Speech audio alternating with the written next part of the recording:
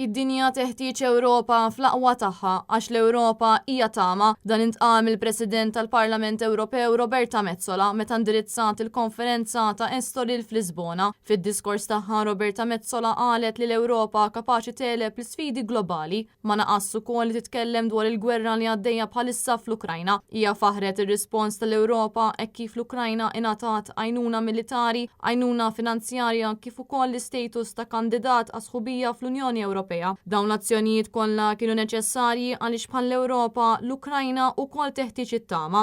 Hija indirizzat ukoll il-problema preżenti tal-inflazzjoni hekk kif diversi ċittadini mhux qed ilaħqu mal-għoli tal-ħajja. Metsola saħqet li l-Ewropa għandha tilqa' għal din l-isfida fejn l-unika triq il qudiem hija tal-għaqda bejn il-pajjiżi.